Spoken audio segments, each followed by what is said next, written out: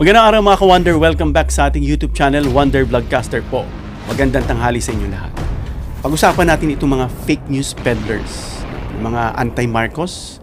Whether not anti-Marcos, we have to be careful sa ating mga sinishare sa social media na dapat ito ay totoong impormasyon. Otherwise, we are misleading. Nagbibigay tayo ng maling impormasyon sa tao and then it would affect yung public. So pag-usapan natin itong mga sunod-sunod na talagang deliberately they are spreading fake news. Tatlo yan, gaya ng sinasabi natin sa mga una nating topic, misinformation, disinformation, and malinformation. I think these ones, may kita natin, may mga malinformation at may disinformation. Or let's say just disinformation.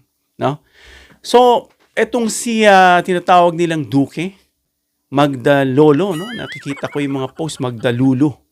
And pumunta ito dyan sa Ilocos. Marami raw itong pinupuntahan.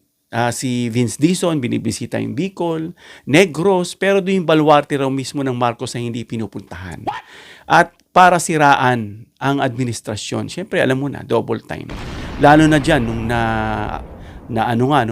nung basura itong motion for reconsideration ng Kamara para dyan sa impeachment trial ni Sara Duterte, mas lalong lumalakas yung kanilang loob. Nag-post nga si Amy Marcos na talagang wala raw mas mataas sa Constitution, which is tama naman mga ka-Wonder. Pero hindi naman po ibinasura. Hindi naman po sinabing hindi na guilty si Sara.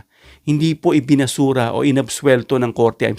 Hindi po inabsuelto yung impeachment lang ng Kamara ng motion for reconsideration. Yun po ang ibinasura. At if I'm not mistaken, yung naunang tatlo, na-archive po yan. Na parang ang dating, parang ganun na rin. Kaya may chance pa naman sa February 6 para magsampa muli ng kaso para dito kay Sara Duterte. Well, balikan natin itong si Magdalolo, nakalagay dito, Magdalolo, linggo pumunta sa ongoing na ginagawang tulay para palabasin na hindi ito tinapos. So, si Majin po, si Magdalolo, talagang intentional niyang sinisiraan ng gobyerno. Dapat yung mga ganito, mga ka-Wonder, sa NBI, dapat yung mga ganito kinakasuhan. Kinakasuhan ito. Ano bang magandang kaso rito? Libel, cyber libel? Ano pa? Malicious, ano bang tawag dyan sa mga pwedeng ikaso rito? Bukod dyan, may isa pa mamaya pag-uusapan natin. So, panoorin muna natin itong video, mga ka-Wonder. Maikli lang ito. Ito yung kanyang kalagayan dito sa Barangay Estancia Pidig. Sali ito sa 2025 national budget. Kaya nagtatanong tayo, Santo Marcos, ano na? Pero ikaw, sir, taga rito ka, sir. Oo, sir, dito sir. sa Pidig to, no? Ito mismo sa barangay. Ito, si Choco pa ito, sir. Diyan lang bahay. So ano masasabi mo rito sa proyekto na to, sir? Sa tingin ko naman, sir, talagang ayos na ayos. Maganda ng pagkagawa.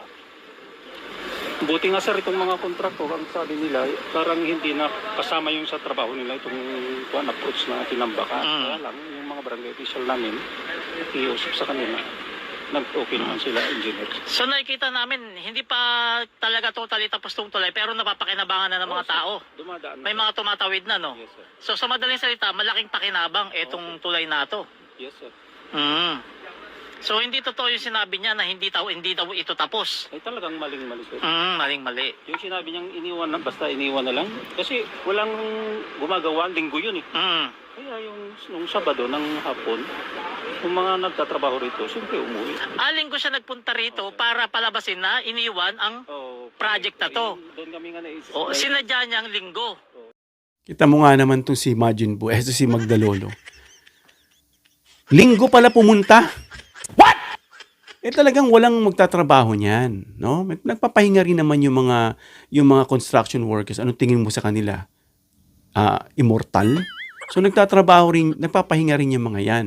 So itong mga ganito nagkakalat ng maling information. Sa kanyang video, pinapakita niya lang yung hindi tapos Yung mga part na, alam mo na, yung parang tipong iniwanan na raw. Yun ang gustong palabasin ito. So nung itong in-interview, hindi pa nga raw tapos yung bridge, dumadaan na yung mga tao na papakinabangan na. Kaya itong mga ganitong fake news peddlers, dapat kasuhan itong mga to eh. Yan yung mga nagbibigay at sumisira sa ating bansa, no? Dahil tinitignan, alam mo, hindi yung ibang tao na sisira eh. Tayo at pinagtatawanan tayo ng ibang bansa. So, huli ka, imagine po tuloy, Magdalolo, kung maalam pangalan mo, na Duque ang surname na narinig ko. So, yan. At kung ito ay talagang, of course, deliberately niyang ginawa, talagang pinakita niya itong part lang, at linggo pa nagpunta, talagang deliberate spreading fake news itong taong ito. May pag-uusapan pa tayong isa, no? Isa na namang DDS. Alam niyo, pag DDS, ayaw ko magalit sa inyo, ayaw natin magalit sa kanila. Pero kasi itong mga vloggers nila, no? Yung mga nabibigyan ng pagkakataon, no? Lalo na itong si Jack Argota ba to, na tinawag pa nilang sir. Alam niyo sa England, ano, pag tinawag kang sir is medyo talagang nirerespeto ka. Pero itong isang to, Sir Jack Argota, I don't know pa tinawag itong sir. No, na meron nang kapansanan, napakapangit pa ng ugali. Yung bibig niya, kung ano-ano pa lumalabas. Ano. This has nothing to do with the people with disability, same with Argota. Hindi natin to dinadamay yung may mga cleft chin, yung may mga cleft palate dyan, yung mga cleft lip, cleft palate, ano. Ito'y dito lang nakatutukoy sa taong ito na PWD na, pero yung ugali niya ay grabe, mga kawan. Dahil itong si Argota na to, no, nagkalat ng isang fake news. This is disinformation, mga kawander. No? Sabi niya rito, pina-enhance ko kay ChatGPT, di ko kasi mabasa. Ano sa inyo dito? Sa pagkakaintindi ko naman ay parang bang may cancer sa kaliwang betlog si BBM na kailangan tanggalin. Kita mo, bukod sa bobo ka na of course may diferensya ka na, dapat nagpapakabait ka pa. Ito kasi mga taong siguro lang siyempre sa kanyang kalagayan, siguro binubuli ito noon, at nung nabigyan ng tsansa, para itong tagak na pumatong sa ibabaw ng kalabaw. Alam niyo ba yung kwento na yun? Na yung tagak ay ang yabang-yabang pumapagaspas pa siya. Nakapatong siya sa taas ng kalabaw. Tagakain lang naman siya ng kuto ng kalabaw. Ito yung mga tipo ng ganitong tao na nagpapakalat ng sinadyang maling impormasyon. At nagbigay nga dyan ng clearance o ng patotoo itong St. Luke's, na itong ang kumakalat na mis or disinformation ay, of course, they have to protect their entity. Itong St. Luke's na isang kalidad na ospital na nag-leak yung ganyang information na itong sinabi nga ni Argota. No? Sabi ng St. Luke's Medical Center is aware of medical test result falsely circulating online and on social media claiming to pertain to President Ferdinand Romualdez Marcos Jr. These documents are fake. Grabe. No? Inuulit natin na these documents are fake. Na pinakakalat. Isa sa nagkakalat, itong si Jack Argota, na ang pagkakaalam ko, binura niya raw. At nakipag-argue pa siya dun sa isang netizen na hindi raw binura. At diyan daw tinanggal daw ni Facebook. No? Dapat dito kay Argota, calling NBI, na sana kasuhan nyo ito sa pagkakalat niya at pambabastos niya. Regardless na yung pambabastos, dahil bastos naman talaga ito. Yung pagkakalat niya ng maling impormasyon that is falsified, a public document. This is actually private. Hindi mo dapat nililik yan. Kasi ang St. Luke's, after nila makita yung result, it goes directly dun sa patient. So basahin pa natin. St. Luke's Medical Center strictly upholds patient confidentiality. Ang data privacy, mga ka-wonder, na sinasabi rito ng medical results nila ay it goes directly to the patient. At hindi nila ito kinakalat. No? Even yung may mga malulubhang sakit na medyo communicable nga, hindi nga alam. Because they are responsible, no, sa paghawak nila, at yung reputation nila ay malalagay sa alanganin. Medical results are released only to the patient himself or herself through organized and official hospital channels. Any medical results or documents obtained, posted, shared, or circulated outside these authorized channels are considered unauthorized, fraudulent, or falsified. Lagot ka, Jack. No? The posting or sharing of a patient's medical information by anyone other than the president constitutes a breach of data privacy. Data privacy po ito.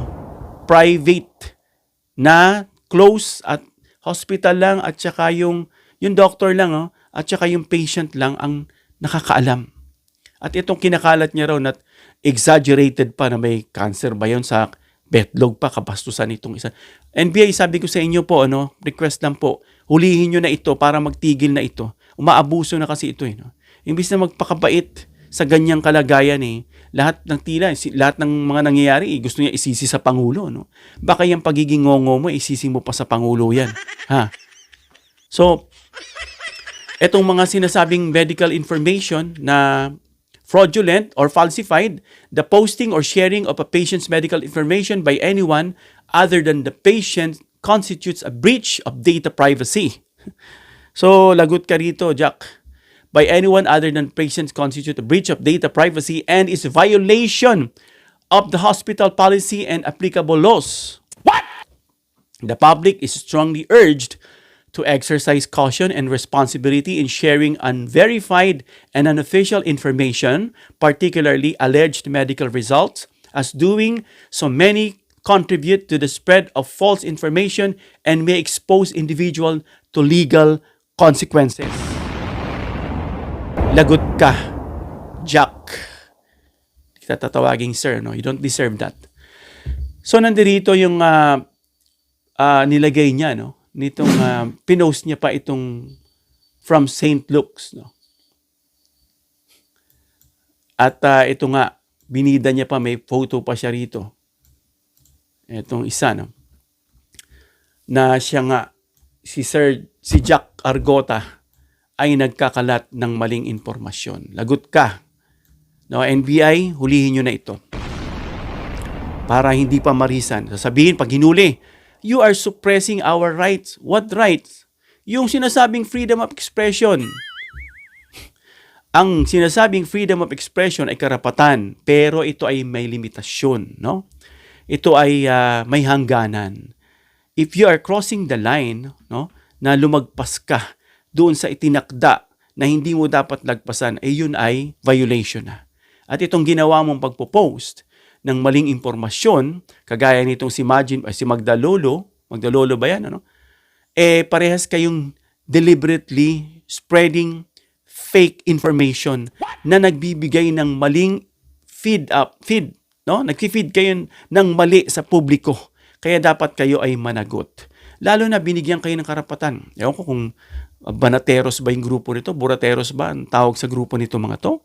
Binigyan lang kayo ng karapatan ng mikropono, ng camera nyo, Kahit sino naman pwedeng gumawa niyan. But of course, nakaakibat dito yung sinasabing accountability and responsibility. Dapat responsable ka sa lumalabas sa bibig mo. Dahil kapag ikaw ay nagkamali at bara-bara ka, ikaw ay accountable. Therefore, sa pinakalat mong maling information, calling NBI, nakasuhan nyo na itong si Jack na to, na he deliberately spread fake news and to humiliate the President of the Philippines. Kasuhan nyo na po ito mga NBI, para hindi pa marisan. So hanggang dito lang tayo mga ka-wonder. Comment down below your opinion para mabasa natin. Please give me a thumbs up if you like this video para maisay ni YouTube sa iba pang mga viewers. And please share this video para malaman nila na itong kinakalat ni Jack ay isang false information or fake news or disinformation. Subscribe, hit the notification bell icon and choose all bilang suporta sa aming mga content creators. Hanggang sa muli, ka-wonder. God bless.